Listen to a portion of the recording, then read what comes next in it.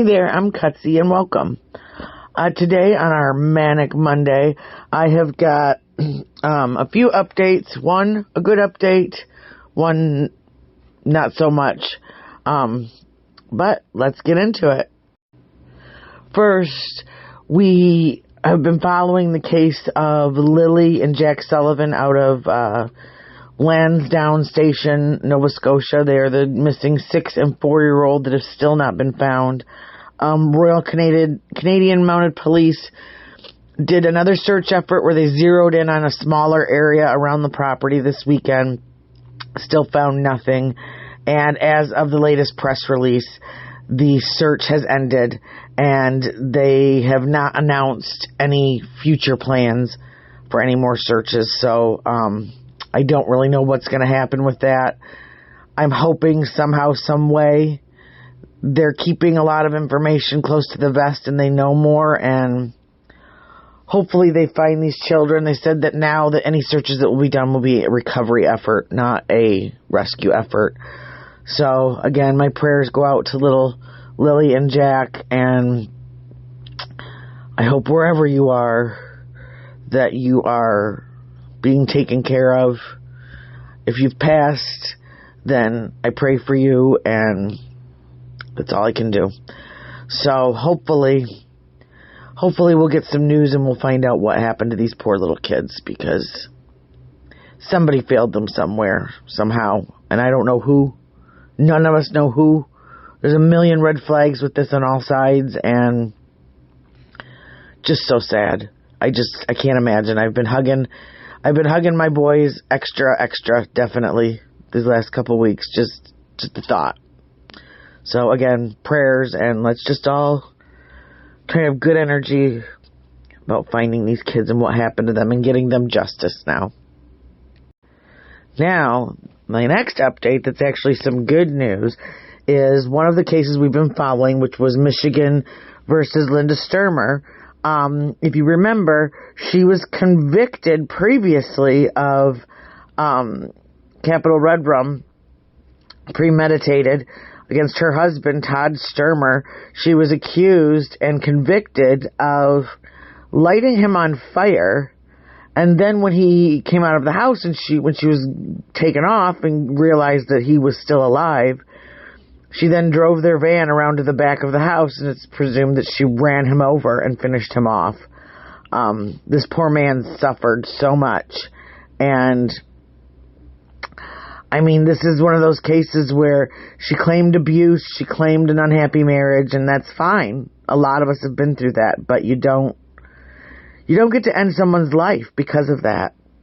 So today she was sentenced to another sentence. This was her retrial, and the judge deemed that she had an extremely fair trial. She was given everything that she needed, every bit of justice, and that the judge agrees that her sentence of life without the possibility of parole is a fair sentence for her.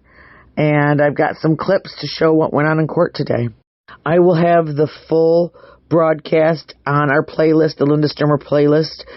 So if anybody's interested in this, wants to catch up at the trial, yada yada, you're more than welcome to, but it will be there once this uploads. So here we go.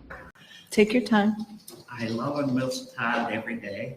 He was a wonderful son, brother, and father to his 3 sons. It breaks my heart that he didn't live to see what wonderful young men and fathers his sons have become.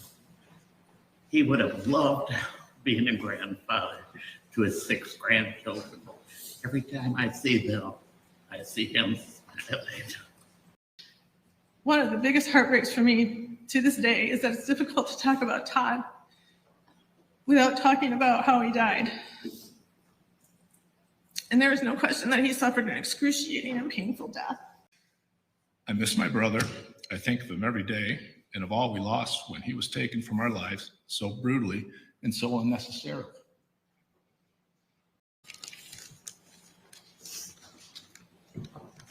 I came to this court filled with hope that the questions which had been unanswered for so long would finally be answered, that this would finally be proven to all that the tragedy that took Todd from our lives was an accident and not a crime.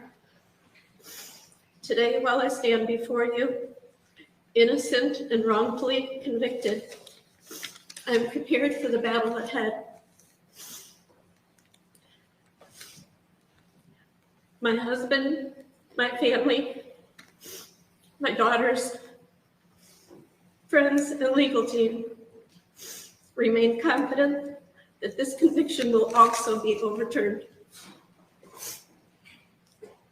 And only a sentence of life without the possibility of parole can properly punish you for the heinous acts you committed in burning your husband alive and in leaving your children with that imprint forever. The sentence of the court is life without the possibility of parole. Credit is. So there we have it, folks. Done and done. I watched documentaries on this. I did my research. I listened to her speak, and I'll tell you, at first, when I only heard her version, I did feel bad for her. And I thought, my gosh, because I always try to put myself in other people's shoes. I thought, my gosh, can you imagine if this just was some horrible accident? What a horrible thing that happened that day. And now she and her family have had to live through this. But then I started hearing from her own children. I understand the brother, the sister. Okay. But when your own children can look you in the face and decide that you have taken the life of their parent, of their other parent, and 100% believe it, then that's got to tell you something. Got a good friend. She's on YouTube called Molly Pardon. And she's a life coach. And one of the things that she says is when you meet someone and their entire family will not speak to them, then a little red flag's got to go off in your head. And that really rang true to me in this whole case, because that was exactly what I thought. When your best friend, when friends when your neighbors, when your children, when your boyfriend that you had while you were still married, mind you, believes that you did this, that you are capable of doing something like that, then we need to listen to that, because for whatever reason, she did this instead of just leaving. And I honestly believe it was because she didn't want to lose her horses. She didn't want to lose money. This was her great way to get out of financial trouble, to get away from a husband that she believed was, holding her back. Maybe they didn't get along, but that still is no reason to take someone's life. And I think justice was served. Now, she has said she's gonna appeal this again. So if there's a third trial, then I'm on it. We will watch this and we will see how in the world. I watched this whole trial. I think she did get a fair trial. They had every expert in the world, and the one expert that she was so excited about and so proud of, when he showed up, he was a dud, because he couldn't disprove what the experts from the first and the second trial all said. They all showed that it was very obvious that she did this. And so there's our update. So everybody have a great Monday, and I will see you later. Cutsy out.